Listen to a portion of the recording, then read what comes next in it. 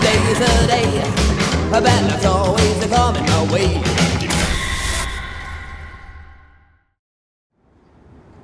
For today's Grimm adventure, we find ourselves in Hollywood, California, doing the filming locations to Fright Night, Part 2.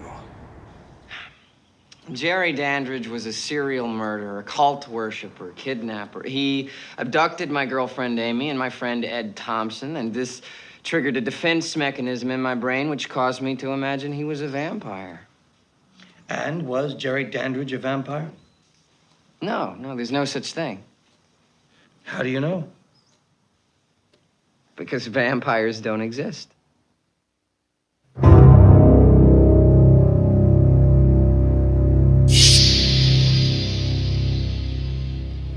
This is the perfect opportunity to say, welcome to Fright Night. Welcome to Fright Night. Well, to be fair, that's from Part 1. Like I said, this is Part 2. We already did the filming locations to Fright Night Part 1, where we drove all around the city of Los Angeles and found some very hard to find locations. Fright Night Part 2 was directed by horror legend Tommy Lee Wallace, who also directed Halloween 3, Season of the Witch. Now, if you watch both of these movies back to back, they kind of have the same look and the same feel to them, which makes sense because, well, Tommy Lee Wallace has a very unique vision, if you will. Now, chances are, if you're a fan of 80s horror, you've probably seen the movie Fright Night, but you may not have heard of Fright Night Part 2. But don't worry, we got you covered. And those big movies begin rolling out this week. Indiana Jones and the Last Crusade opens Wednesday, and Clint Eastwood's Pink Cadillac opens on Friday. But there will be some smaller films out there among the behemoths, including Fright Night Part 2, which bears its fangs this weekend. Action! We all need daylight. Roddy Mcdowell and William Ragsdale are at it again, pursuing deadly vampires. They range from the comically grotesque... Yes, I'd like a pedicure, a manicure, and a weave, and how about a henna? ...to the beautifully seductive. Welcome to Fright Night. Julie Carmen stars as the sister of the vampire who was bumped off in the original Fright Night. She's out for revenge. Jerry Dandridge was 1,000 years old when you spilled his blood. He was my brother, Mr. Vincent. Your punishment won't be as severe as Charlie Brewster's. You came reluctantly, didn't you? For veteran actor Roddy McDowell, Fright Night 2 is a chance to have fun all over again as the TV horror show host obsessed with real-life demons. I loved the character in the first movie. It was a very unusual character. I'd never played anything like that before. It's a wonderful assignment to play a man who is actually a dreadful actor. I mean, it's provocative and interesting to create. I am petrified. I'm sorry I didn't believe you. You were right. It is happening again.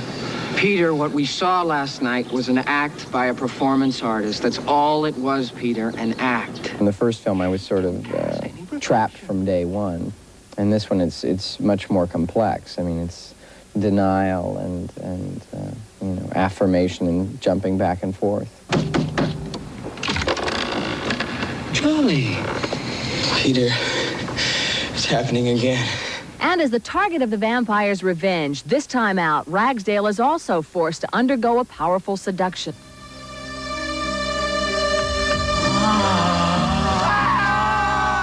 But like the original Fright Night, the sequel blends in some comic relief with its horror.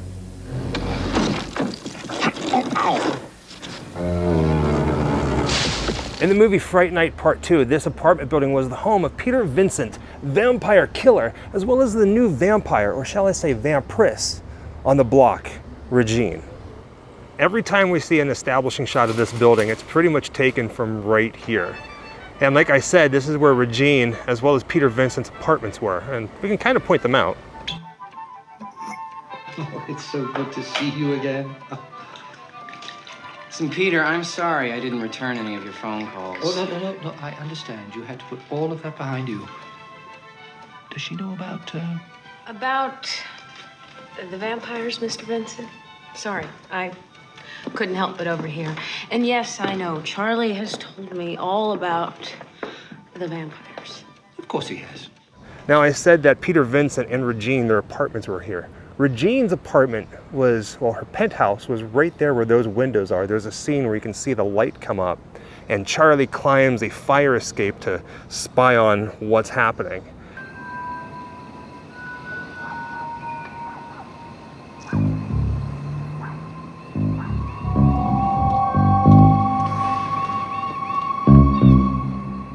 And Peter Vincent's, his apartment, it's a little trickier because they never really show it from the outside, but you can see a scene where he's taking a nap in like a turret looking thing, which could be that one right there on the left, or it could be that tower right there on the right.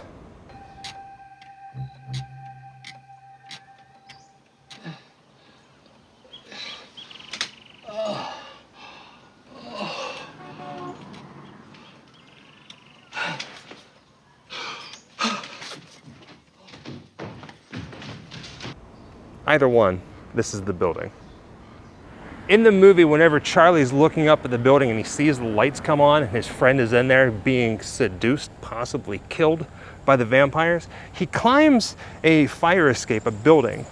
It's not directly across the street. In fact, it's actually a little bit further down the road.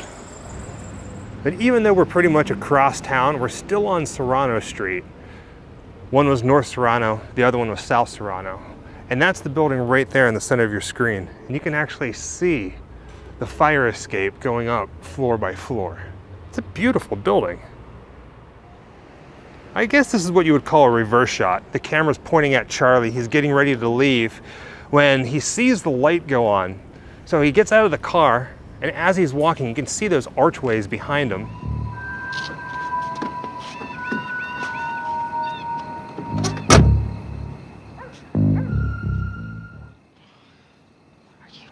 This is ridiculous. Keeping his eye on the building, he walks down the sidewalk here, trying to get a better vantage point. Now, as he does this, you can actually see a few different landmarks. For instance, up here on the left-hand side, you see that garage.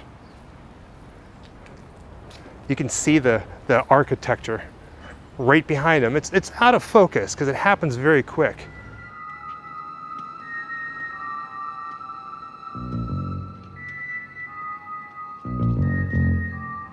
But he walks right over to this building with the flowers.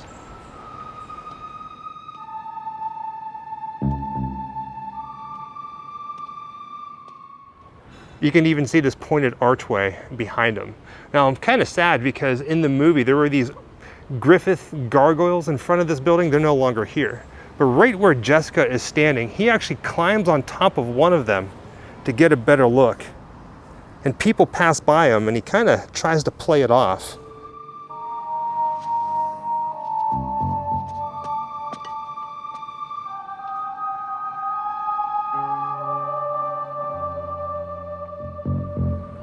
Now, looking for a higher vantage point, Charlie looks up and we see the building from right about here. Now, of course, these trees weren't here. And he decides to climb the building. We're not going to do that, but we can show you where he did it.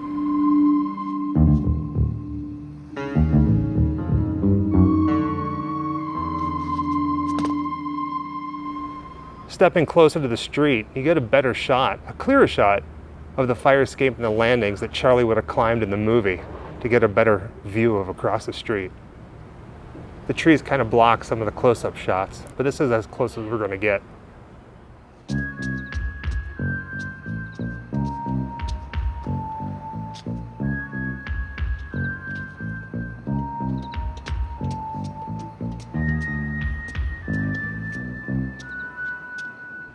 In the movie, Charlie and his girlfriend are attending college, and all those college scenes were filmed over at the UCLA campus.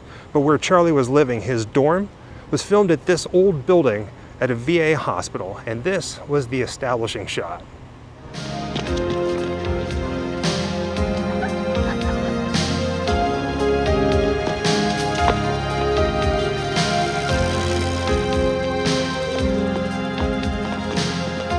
We first see this building after Charlie's done with his therapy, and he runs across campus up to his dorm room, and you see that he still has the vampire killing kit.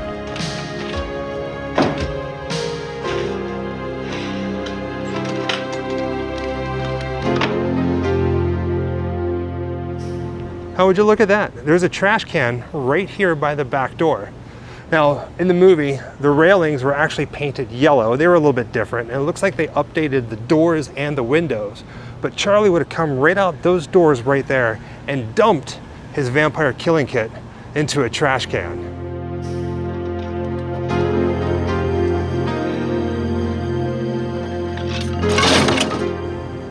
Man, this is kind of cool. If you do research on the filming locations to Fright Night Part 2, it says that the exterior college scenes were filmed at the UCLA campus. I don't think that's right. In fact, you can actually line up shots at the University of California. Let me show you what I mean. One of my favorite characters of Fright Night Part 2 is the vampire on roller skates. I mean, come on, it was the 80s.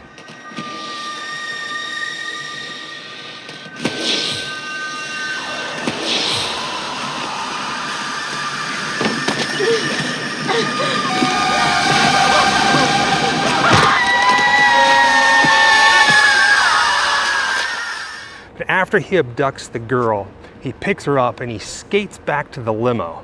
You get a quick shot, I mean it's very quick, you blink, you miss it, of this area right here. You see that building and you see the little ramp to the left, and if you look to the right you can see some trees.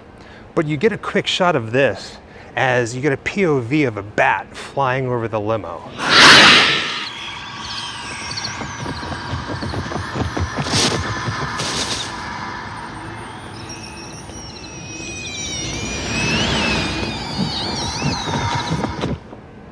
For the most part, it still looks the same. Now, just a quick heads up that pretty much all the scenes that they filmed here on the college campus are right around this library. And there's not gonna be any rhyme or reason. I'm just gonna walk around and just film things that stick out that I remember from the movie and line up shots. This shot was a little tricky to pinpoint because a lot has definitely changed over the years since they made this movie. But in this scene, Alex is sitting on a park bench and Charlie comes up, gives her flowers with a note that says, "Please forgive me." And it all happened right here. You can match up the angle of the building in the center of your screen. But here's what's really interesting. In this shot, if you look to the right, near where that yellow umbrella is, there's a statue there. That statue is no longer here. They completely revamped this commons area. And right over here behind the trees is where they moved that statue. It's still here, just a little hidden. So that's what I was looking for as a landmark. And when I found it, it didn't really match up. But at least it's all still here in the same general area.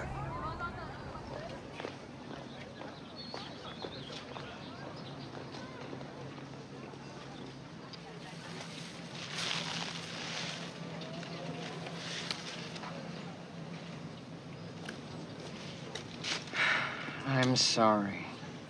For the last couple of days, I have felt so incredibly strange. And to prove it's the same statue, go ahead and take a look at that scene again. You can see the same figure holding hands, well, crossing hands. It's Confucius. And right below it is the writing, the symbols.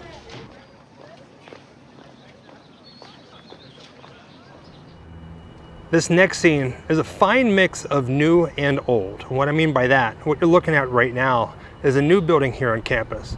But if I pan the camera over to the left-hand side, this is the scene from the movie.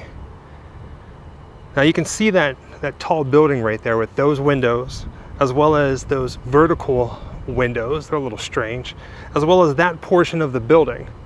The rest of it is gone. In this scene, this is where Charlie is trying to explain himself to Alex why he missed the symphony. And so I got scared and I went to see Peter, and of course there was a rational explanation for everything. I mean, I knew that all along. Maybe subconsciously you just didn't want to go out with me. Maybe it was the culture part. Maybe I was a little intimidated. As they're walking, Charlie gets frustrated and tells her that there's some great books out there in the field. And did you ever read Dracula? And they end up right in front of the same building that they keep showing, which is the library. It is very hard to explore your feelings. Wait a minute. What do you mean low-grade melodrama? Well, I mean, Bloodsuckers from Beyond isn't Did exactly... you see Bloodsuckers from Beyond? No, but... Well, then you don't know what you're talking about, do you? Charlie... God, it makes me mad when people do that. I mean, you included, Alex. There happens to be some great literature from the field. Did you ever read Dracula? Oh, No. It's a great book, Alex. A great book.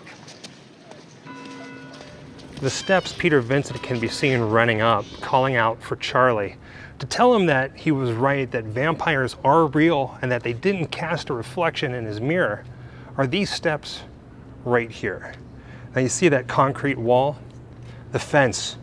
Back when they made the movie, there were flowers and bushes there. They're no longer here. Instead, it's like a picnic area. Charlie!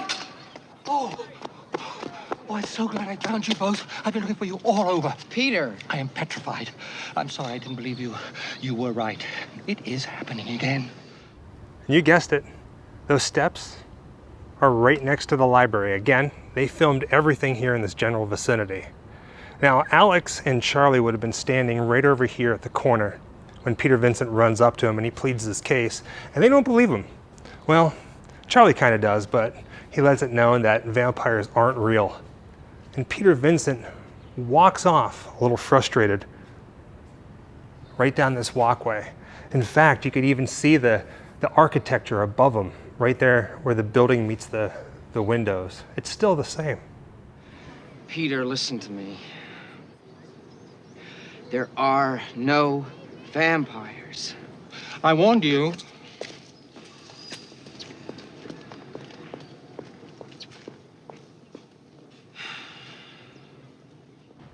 I'm sorry, but I'm kind of geeking out.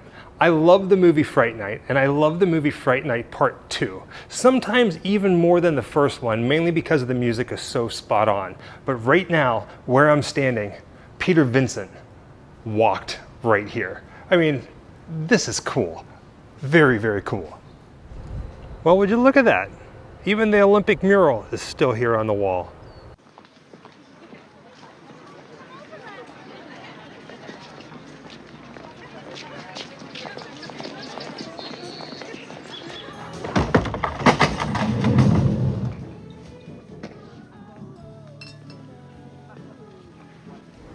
In the movie, Charlie's girlfriend has tickets to the symphony, but Charlie ends up standing her up, and she goes into the music hall with the werewolf, not knowing that he's a werewolf. Now, the facade that they use, the building that they use for the symphony hall, is one of the entrances to the LA County Natural Museum. And it's beautiful. It doesn't look like the rest of the building, but it's here. Los Angeles County Historical and Art Museum.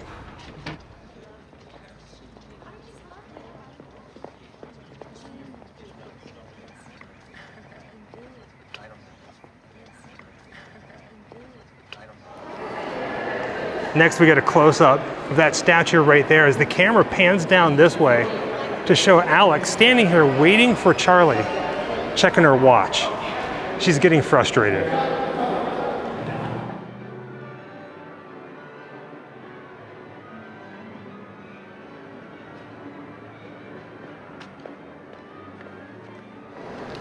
Finally, she gives up because Charlie's not going to show up. And she turns and heads into the concert hall. And that's whenever she meets the werewolf. He comes up to her and asks, "Hey, do you have an extra ticket?" She gives it to him. And then they go in to what in real life is the dinosaur hall.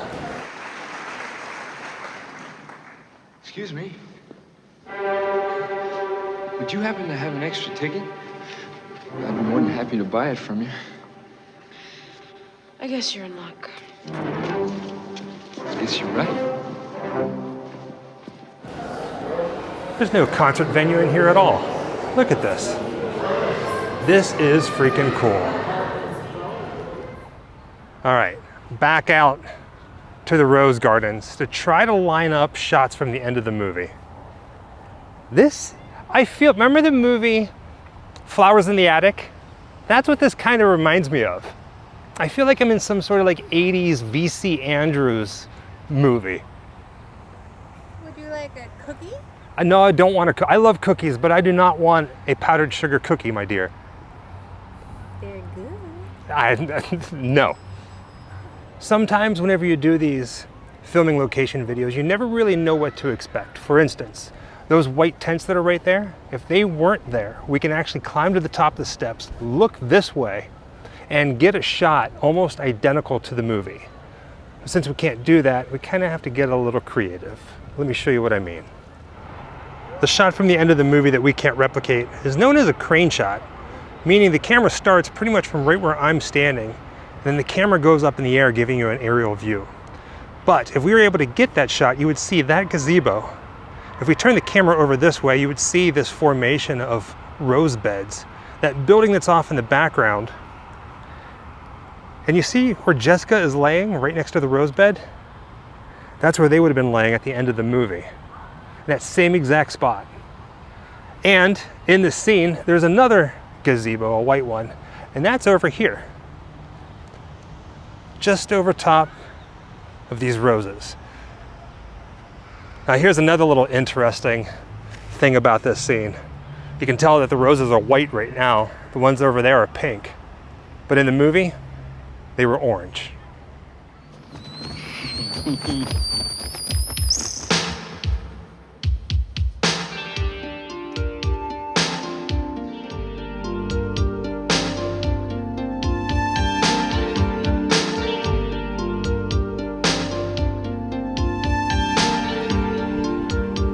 All right, baby girl, we're done with the scene. Get up now. You're too cute. That green hair is vibrant as heckins. Turtle. I can't get up. I'm stuck. Hold on. Hi. So here's a shot of the rose garden from the steps. As you can see, you can't get the shot that you want with those white tents. But here you can see clearly the two gazebos and the building off in the distance. And right about there is where Jessica was laying and where they were laying at the end of the movie.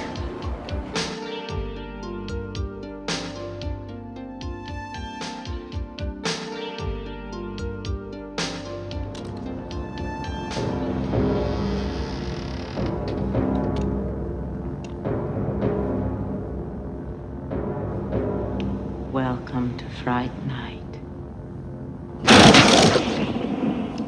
Wherever I come, bad luck just comes my way. Wherever I go, hard luck is there to stay. Good luck never stays a day. Bad luck's always